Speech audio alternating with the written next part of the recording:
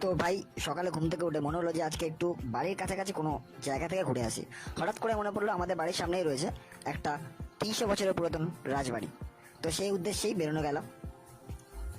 তো আমরা চলে গেছি বারাইপুর রাজবাড়ি, যেটি বারাইপুর চৌধুরী বাড়ি নামে পরিচিত।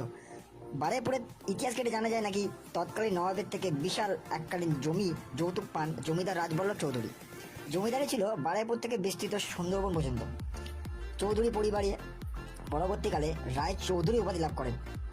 লর্ড কর্নওয়ালিসের আমলে বিদেশি কোম্পানি দিয়ে রাজবাড়ি তৈরি করেন রাজা রাজবল্লভ চৌধুরী।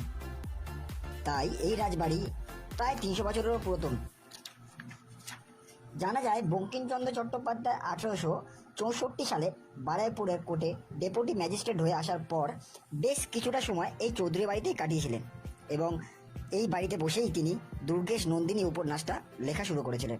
এই বাড়ির কোনায় কোনায় যেমন রয়েছে ইতিহাস, তেমনিই রয়েছে গা ছমছমে পরিবেশ। সন্ধ্যা হলেই নানা নানা অনুভূতি ঘিরে ধরে সেখানকার উপস্থিত সকলকেই।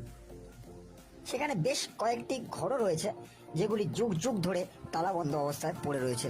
তার মধ্যে নাকি একটি ঘর রানীর, অর্থাৎ জমিদার গিন্নির। তো এই রাজবাড়ি যদি তোমাদের দেখতে হয়, তোমরা যদি শিয়ালদা থেকে আসো, তো তোমরা শিয়ালদা থেকে বারাইপুর ট্রেন ধরে এসে বারাইপুর স্টেশনে নেমে ওখান থেকে টোটো ধরলে বারাইপুর রাজবাড়ি বললে যে কেউ তোমাদেরকে নামিয়ে দেবে।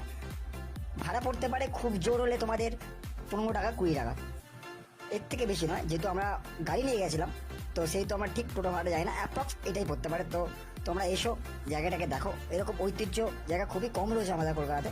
তো যতটা পারবো আমরা এরকম জায়গা তোমাদেরকে তুলে ধরার চেষ্টা করবো।